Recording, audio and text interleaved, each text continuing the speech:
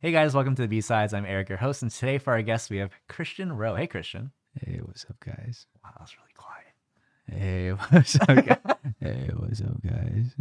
I hear 2025 is the year. What do you got to say about that? 2025 is a year. Oh, is a year or the year? That's the year. It's the year. Why Yeah. is it the year?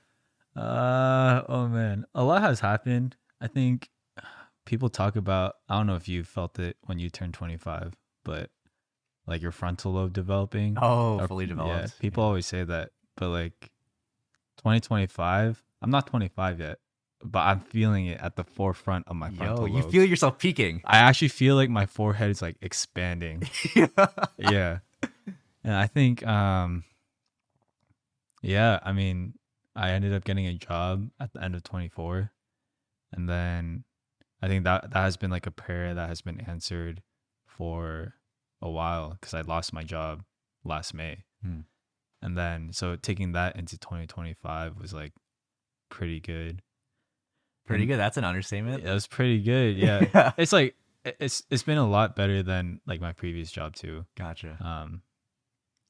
And then more than that, it was like I started dating my one of my college best friend. Yeah, Oh, awesome. How long's that been? it's been like a month and a half now, almost Okay. two. Yeah, and then so that's like I think that was like really big of 2020. That was like unexpected Sure. of 2025. Yeah. So when you're saying 2025 is the year, it's a little bit saying 2025 is the year for you, right? Yeah. Okay, gotcha. And Yeah. do you feel yourself like really pushing for that for yourself or No, like I didn't expect, or okay? the only thing I expected was genuinely that God was working and moving pieces behind the scenes, Hmm. especially throughout like if you knew me during 2024, even a year ago, I was like not like this at all. Hmm. Like something about either the frontal lobe development or What's that frontal lobe? yeah, it's God's grace, you know, Yes, and then sir. it's God's providence, and then yeah. So I don't feel like it's necessarily something where I'm like driving forward on my own. But it's Hmm. more so I'm like standing underneath the waterfall of God's grace, Gotcha. and it's just like boom. Hitting you from all sides Yeah. in a good way, I guess. I Yeah, in don't a good know. way, like yeah. Yeah. So So, it's been so, good, yeah. so Christian, I hear that you were both at one point a bartender and you were also a barista, right? Mm-hmm. So not saying that they're super similar, although they're definitely a little similar. Which was more fun for you, and which did you like more? I don't know if those are even different questions. Yeah. I think ultimately I like the coffee shop scene a little more. Hmm. I think it was a little more established because the when I was bartending, it was a very small. It almost felt like a startup. It was new, like it was Gotcha. new. It was a new shop. Uh, they're doing like a Japanese izakaya style in Charlottesville, but not many people Interesting were really, concept. yeah, were really For attracted to students, that. yeah. Yeah, so I think being a coffee shop or being at a coffee shop as a barista was I learned a lot more, and to be able to like have a wider range of like the ability to like serve people Sure. with things that like I mean like because I got to see more people there because of the volume of working at cafe, Yeah. and then yeah, when you're a bartender, it's more like you have to like sit down and talk with them versus like, oh, here's your drink. I hope you have a great day. I never thought about that. Did you have to do a lot of small talk when you were Yeah, bartending? yeah. Man. Were you good at it, small talk at that point? I would say so. I think came a little more naturally to me. You like put on a smile on your face and you go oh, what brings you here? Or like, oh, why did you get this drink? Or like, what could I don't know. It's been a while, so maybe I lost it all. Sure, yeah. But Hey, but you can probably make almost every drink known to mankind now, whether it's alcoholic or coffee or tea at this I point. think that's what people think. Yeah. But my knowledge is like very limited. Like I need to Yo! open a recipe book for at least like cocktails and Gotcha, stuff. gotcha. Yeah. Like gin and tonic. Like, how much gin? I don't know. It's like 2 ounces. Oh, I look. don't know. Hey, this guy's a pro. You just eyeball it. So, any hard skills that you really learned from your time as let's just go to barista for now. Oh yeah, pulling like a shot. Yeah. I didn't know that. Are you a pro now? No, Okay. Are you an amateur? I would say amateur. I would say like I know conceptually like what to do, but then it would take me a while to get to like the perfect shot. Gotcha. When I was there, it was they had like kind of a system in place already to have like a balanced shot. Um, so I didn't really have much freedom to be like, oh, I'm gonna like Experiment. experiment Yeah. and change it up like this. Yeah. Is pouring latte art a hard skill? Oh, I think so. That's pretty cool, honestly. Wait, we're talking about like hard skills versus soft skills, right? Yeah. Okay, okay. So like people skills versus like the Right. okay, okay, okay. Technical skills. Yeah. So like pouring latte art because you have to like do that a lot, and Yeah. that's like the representation of your brand. Sure. Yeah. What's the point of latte art in general? Is it just for funsies? It's like for the visual. It's like kind of like when you like look at your drink, you're like, wow, like this is so pretty. Yeah. Like- It doesn't change up like the taste Oh, profile or anything. A little bit. If you have like good latte art, that means that you mix the espresso with the milk in the base well, and then also that like you're leaving enough of the foam from the milk froth, like the foam, and like you're showing that it's like there. Yeah, sometimes if like there's no latte art or it's like very bubbly, then like actually like affects the drink. Hmm. Yeah. Were you? I'm assuming it was pretty tough to begin with. But how quickly did you learn? Yeah, on yeah. The job? So because I started at another coffee shop that was also attached to where we first met, it was Vertical Rock. Oh, Yeah, the coffee shop. Yeah. Forgot about that. Yeah. So I like would help downstairs sometimes. Yeah. And then we would do like latte art in the paper cups. And then I think the manager at that time did a really good job at explaining like the basic technique for it. So I was like I had that like little bit of that foundation coming to caffeine. Yeah. But then I think I started learning how to do more like they call it like stacking where you like do tulips Yeah. and also like rosettas more. And I think that just comes with like practicing and the volume of how many you're doing. Gotcha. How many different patterns do you think you know right now? Only like a heart, that's one. The rosettas two. Then it's the tulips where you like stack it. Yeah, so only 3. Yeah. Do you practice still to this day, or do you... No, I don't have an espresso machine. Okay, gotcha. But I think I'm like I kind of want an espresso machine. So did you really like coffee before then, or even I guess now, or is that kind of just like Yeah. a job that you wanted to do? Yeah, I think more than coffee. I mean, people like would say, "Yo, Christian, you kind of like fit that coffee shop owner vibe, like that, like chill, like hey, Is that a what's good up, thing? man?" I don't know, but I wouldn't say I was necessarily like a coffee freak, but I think I really enjoyed being able to create something to serve to like a person for them to enjoy. So whether it was making coffee or when I was like trying to get into it, like making music or making even that Vertical Rock, like setting new routes and problems, like it was all catered towards the experience that I guess they say the end user or the customer, the person has. Yeah. Do you really like learning new things, or is that kind of just because you're working it, you feel like you need to? I think I like learning new things. I'm really bad at sticking to the new things that I learned, though. Aren't we all? Dude, that's so hard. Dude, it really is. I feel like once you get to kind of that level where you're good enough, it's so hard to get to the next levels past that. Yeah. Because I feel like the energy capacity or level to get to those levels are a lot harder than to get to that first point. Yeah. I feel like for me, especially, my passion comes and then it leaves really quickly. And so for things where passion like sticks, then I would say that's like the place where I feel like I've been growing more in, whether it's like, I guess like volleyball, for example. Sure. I've been playing that for a while. But with things like coffee, it was like very, I think I'm still wrestling with like, is that like a passion? Like, is coffee a passion, or is it like the idea of like being able to serve people a passion? Yeah. Huh. So what's your current coffee setup look like these days? I don't really drink coffee. these Really? days, yeah. So even though you enjoy coffee, you don't really drink it, huh? Yeah. It was more so like Are you sick of it now? no. I think it's like, I like to go to coffee shops, but because I started working, we have like an espresso machine in our office, or like the automated one. Sure. So I just make like an Americano. Yo, but those are so bad tasting, man. They just taste like I just taste need like the nothing. caffeine. That's Yeah. true. That's true.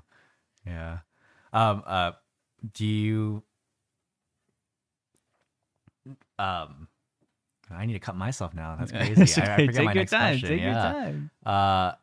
Oh, hot take. What we normally go to. So Okay, yeah, let's go. related to coffee. Do you have any specific coffee hot takes?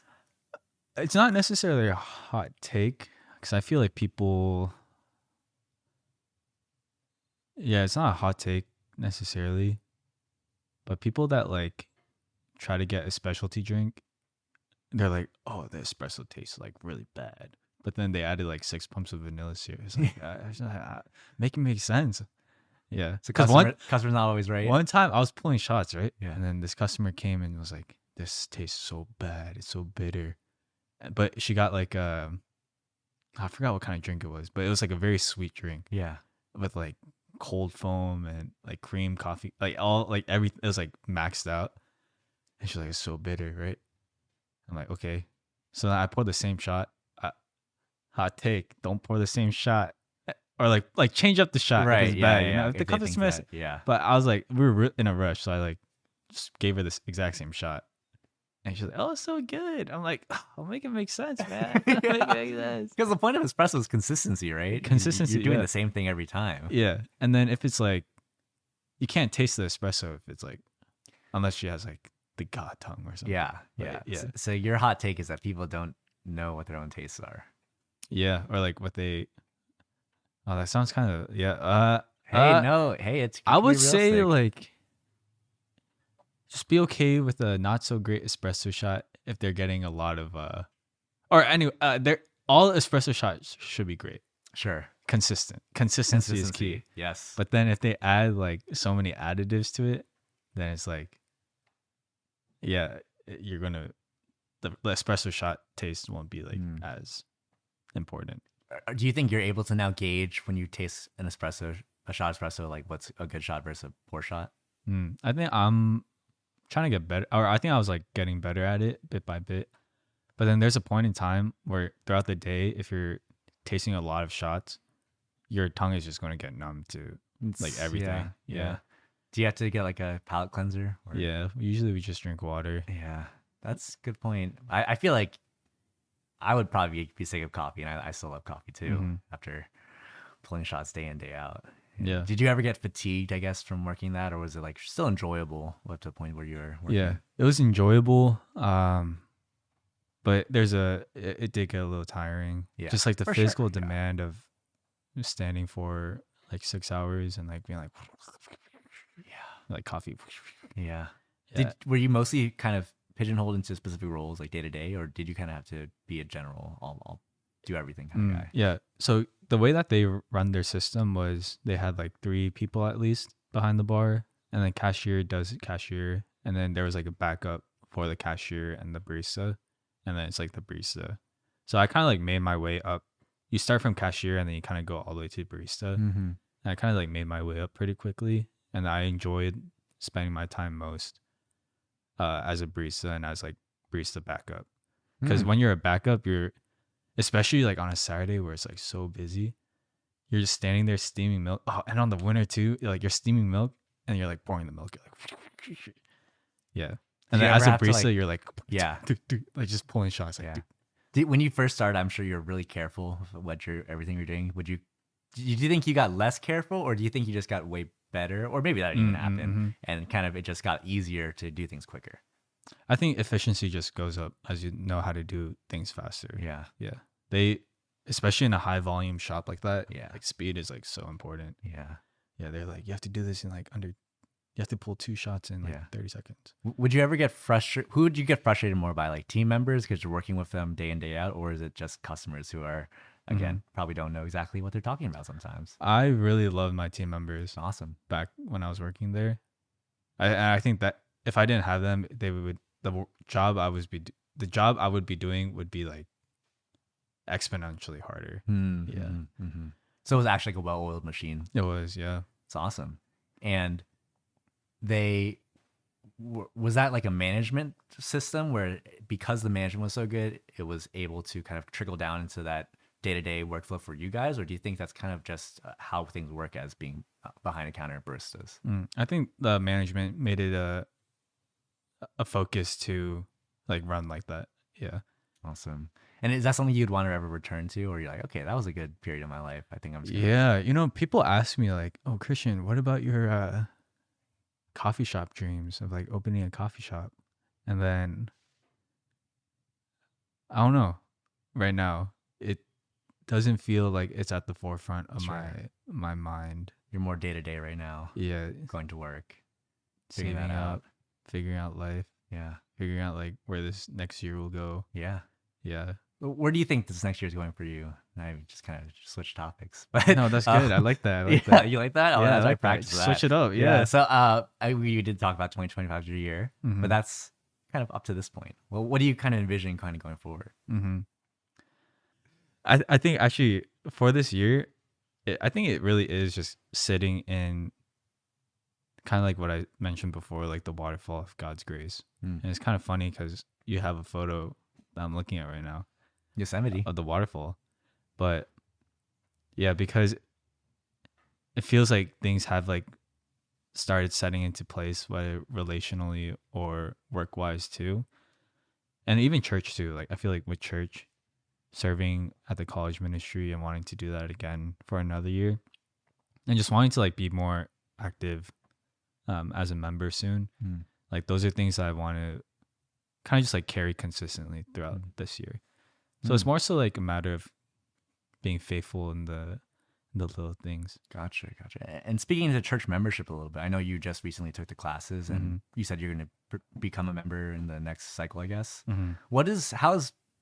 Did you have a concept of what being a member of a church is like? Because I know this is probably your first home church since graduation, right? So this is the first church that you've, for lack of a better term, like chosen by yourself to want to commit to, right? So Yeah. what does that look like for you in terms of in church membership?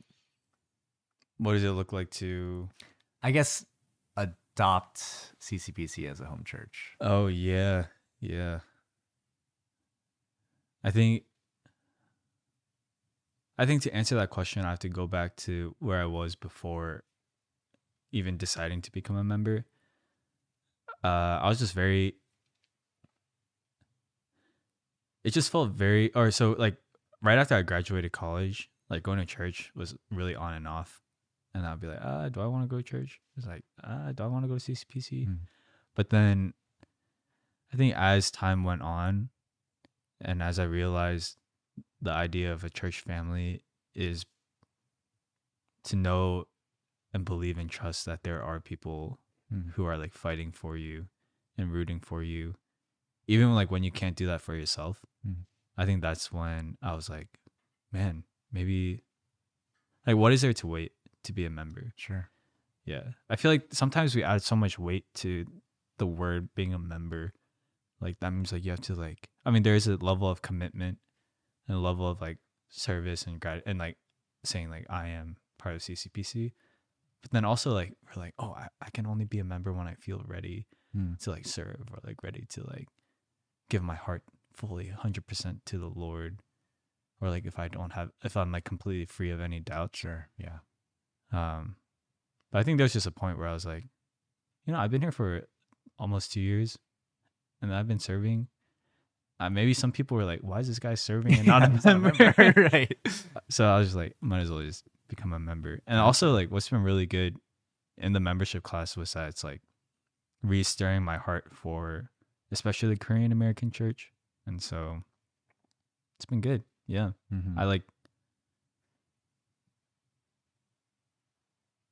I think I just want to make it clear that my membership, or by being a member, I want to make it clear that like I'm here for CCPC, Right. and for the betterment of the church to encourage and equip each other. Awesome. Yeah. So you're talking a little bit about kind of that, kind of your post-grad understanding of church, and you're saying it's kind of tough to commit to things. Do you think that was a result of how you kind of perceived college fellowships to be? Because I know you're pretty involved in your certain servants ministry at UVA, right? You were president and praise leader at some point, right? Or yeah, how did that shape into how you view church in general? Yeah, no, it was like during college, honestly, during high school and college, I was so gung-ho for Christ. I was like, yeah. You can't see it, but he put his hands out. He did a little thing. and then And all of a sudden, to have all those systems and all of that uh, structure that makes you seen, like your faith looks seen, like, oh my gosh, I'm doing all these things for God through my fellowship. For all that to like be taken away, I was left feeling very lost and unsure of not my faith, but my identity.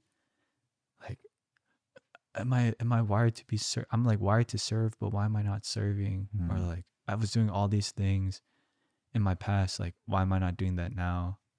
Like why does my faith look so different? Where's my fervor? And so when I came to church and when I started coming back to, I guess, like the rhythm of just Sunday church where it's not with college students, I felt very like, whoa, do these people, like, where is their fire for God? Or like, where is their, and I was very naive. Like I would like question that, like, oh, why does it feel so like rehearsed? Where's like the passion, like things like that?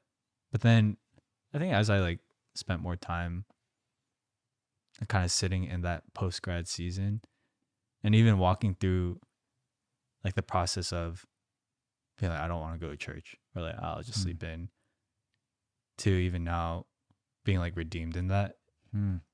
It's almost like, yeah, I was so naive to think that faith and my relationship with God had to look like so one dimensional. And then a part of me was like clinging onto the past so much. But more than clinging onto the past, I can't forget the past and remember where God has like led me through. Right. Right. Yeah. So how has that time as in your fellowship, how has that molded you into the person you are now, and what takeaways were you able to take from that in order to better love God now and better serve his people? I think one thing is like post grad life is real. And during college, I was like, I would hear all these talks about post grad and like, oh, post grad, like you're gonna struggle, like you're not, all these things, and I was like, no, that ain't gonna happen to me. Not to me. I was like, it's not gonna happen, and then it happened. Yeah. And then the reality of it is like, I think God knew that I needed that. God showed me how fickle and sinful I am, that I'm like not like, who am I to think that I would get away or like leave college, my faith would just keep growing, I'll be like 100% okay. Yeah. And then through that,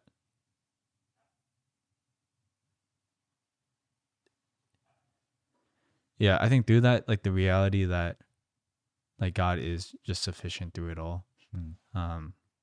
Now I'll kind of get to lead that to answering your question, because I feel like I'm not answering your question just yet. That's but great. The reality that like, so, or something that I've been like thinking about lately is that like we've been living in we were living in answered prayers. And I remember even in college, like constantly praying like, Lord, like break my heart for what breaks yours and make me love you more.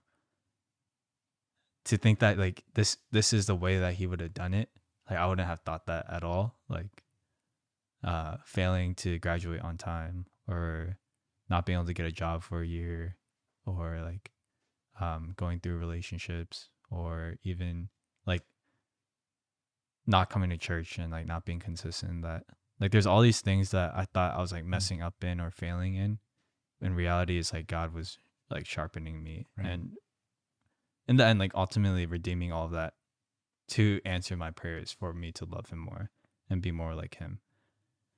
And so I guess like if I had to answer your question that I forgot already, Me too. something about loving God more, it's like, I don't know, I feel like it's just like the seasons that you have to go through. Sure. Yeah.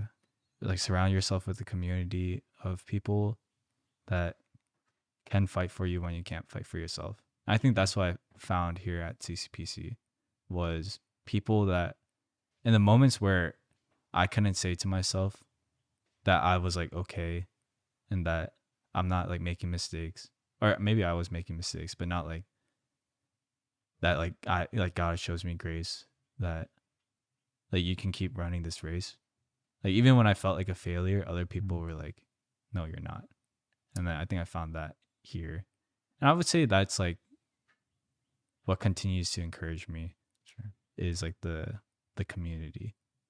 And I think I lacked that because I thought community had to look this certain way during college. Mm, But in reality, like community is like there's so many layers to it. sure. It's Yeah. interesting because when you're president, you're essentially like the molder of what you envision the fellowship to be in a good way, not like in a God way, right? But Mm.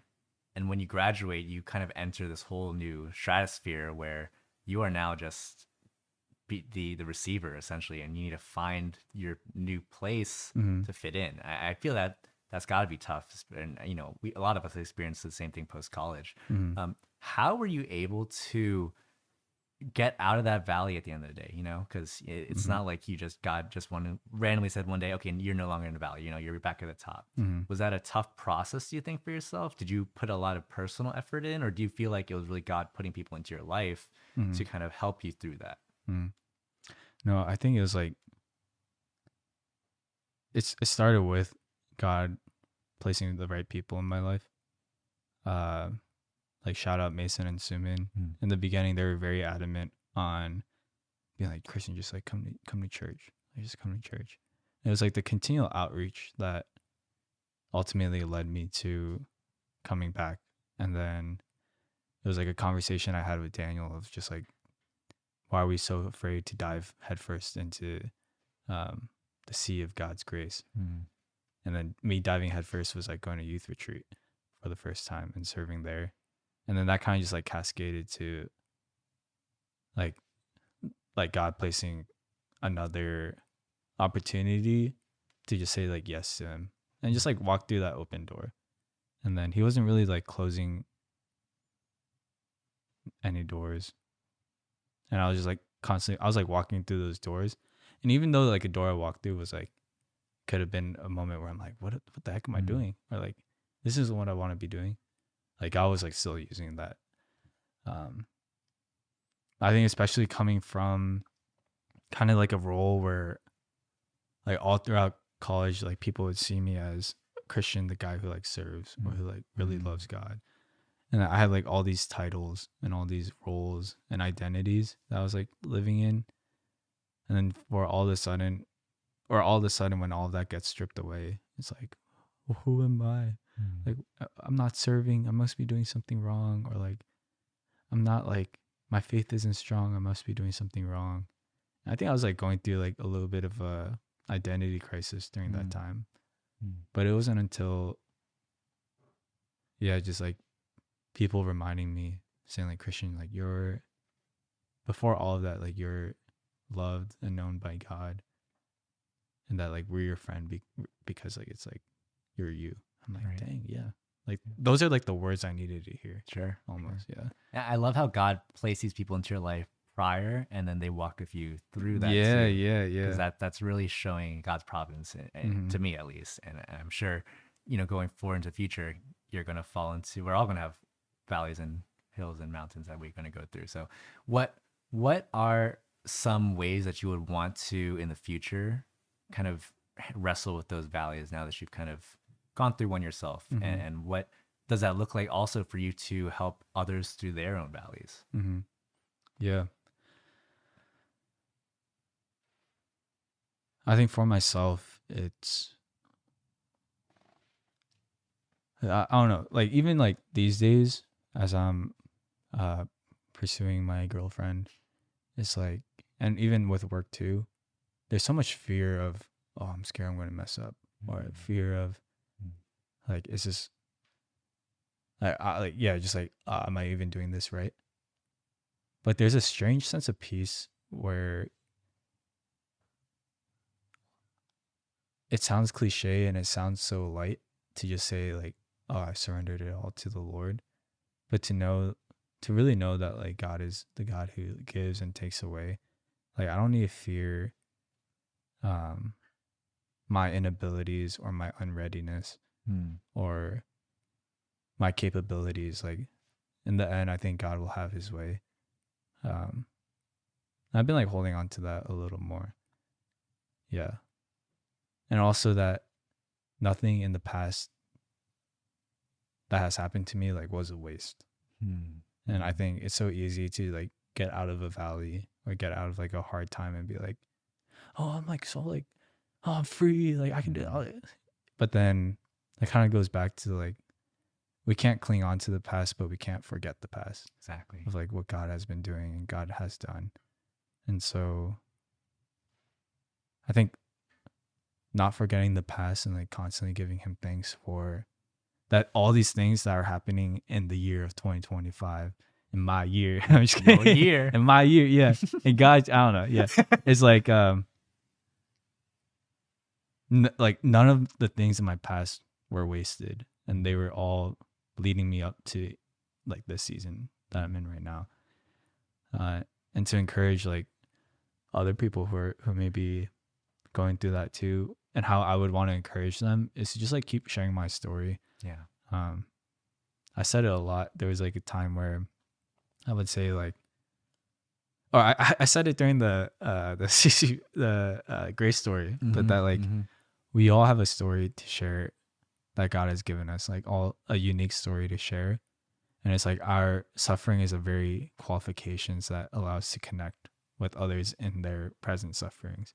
And so like all like the struggles and hardships, even though like it's like I'm sure there will be more in the future, but the ones I experience now, like there are people who may be going through the same things like right now, and I get to like share and encourage them in that. Right. Yeah. And you being in college ministry would be a great time to push that Yeah, focus too, yeah. especially for the seniors who I guess you don't have too many of right now, but in a few years that definitely seems. Yeah, I wish that they would invite me to a alumni panel. But it's a shout out. They forgot about me. Yo, no but way, hey, but that's it's the okay. president. That was my prayer that like, I just plant the seeds and then other people can water it and I'll be forgotten. Yep, time be forgotten. So it's okay. But if they invite me back, I consider. You wouldn't say no. Yeah, I'll be like, yo, post grad. I was like that too. Yeah. Have you been back to Charlottesville since you graduated? I've been back but I haven't really visited like GCF things. Gotcha. But I met up with Pastor IJ. Yeah. And I have a pastor friend down there who I meet up with frequently too. Yeah. Oh, do you know Clarissa? Yeah. Uh-huh. Daniel Clarissa. I don't know. Cut that out. I'm sorry. bumping at the max. Yeah. So, and Charlottesville always has like a special place in my heart, like the Charlottesville city. Yeah. That's great. Well, Christian, we like to kind of tie off the ends of their podcast by asking you about just one person who's really shaped or influenced your spiritual walk. And you've named a couple, but is there any one person, or I guess a couple people is fine, I won't judge, but that you would really like to shout out this time? I mean, there are a couple of people that come to mind, but maybe Pastor Daniel from Charlottesville. Shout out Pastor Daniel. Yeah, I think he's kind of seen me in a lot of different seasons of like those seasons like where I was like really gung-ho for God throughout college. Like when I first met him, like we were serving at a youth retreat for his church or for his youth group. And then kind of like even seeing me go through the valleys and being able to like encourage me and remind me both like sternly and also gently that like God really is like still working in your life. Like God is not done with you. And then to be able to then like even like as we caught up this past month, to even like see like kind of me out of that valley. Like I think he has like walked with me throughout all of that. Maybe he doesn't see our relationship like that, but I'm like so thankful for him. It's awesome. And so appreciative that we have not only like a partnership in the gospel, but also like a friendship that goes beyond just like church things. Sure. Yeah. Do you have any specific examples of how he's challenged you in those times, or is it kind of just general challenge? I can't, because we usually meet up for like conversations or have Mhm, conversations, but I think he understands like my tendencies because he's kind of like, or he says, or we talk about how like we're kind of similar in those ways. Um, so I think just like throughout conversations, he's like,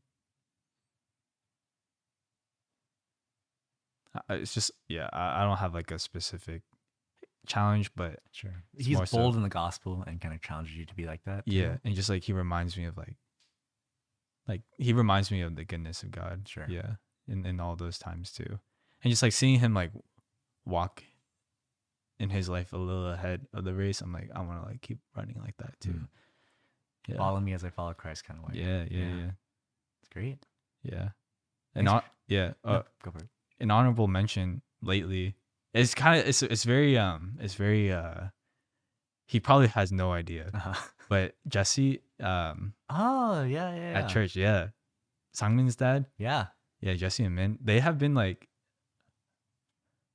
it's like we've only like met like 4 times. Sure. I'm trying to meet up with him, and maybe he'll hear this and be like, oh okay, yeah, nice. I'll bring him on next. Yeah, but podcast. then it's like just seeing him and Miss Min and their family to Mm. just like the consistent running after God, Yeah. and like serving the church as they're older, a lot, or not a lot older, but as they're older than me, Mm. and to do that so joyfully is like something that has like been captivating me a lot recently. Awesome. Yeah. Yeah. And so it's very like, it's not very what's the word, like it's not like he's like directly And challenging inspiring me. to you, but you're watching him. Yeah, and I'm just seeing like him. being Yeah. as he, that's actually as he does, as he like follow me as I follow Yes. Christ, Exactly. because I just like see him. And also he's just been really encouraging It's whenever awesome. we meet up, or Yeah. like run into each other. He's always like, Yeah. join praise team, man, like you have a great voice. Yeah. I'm I've like- never personally heard it, but I've heard great things. Yeah, you don't need to hear. No, I think I do. You I don't- think I you don't need- do. you don't need One to day. hear. One day. Nah. Okay. That's like a whole nother podcast. Okay, I'll Yeah. go to college retreat if you guys will invite me, and then I'll listen to you then. How about that? Maybe. Okay, maybe, okay. Sounds like a plan. All right, well, Christian, we reached our end of our time. Hope you had a great time. Yeah, I had a great time. Awesome, Yeah. awesome. But yeah, we'll catch you guys next time. See ya.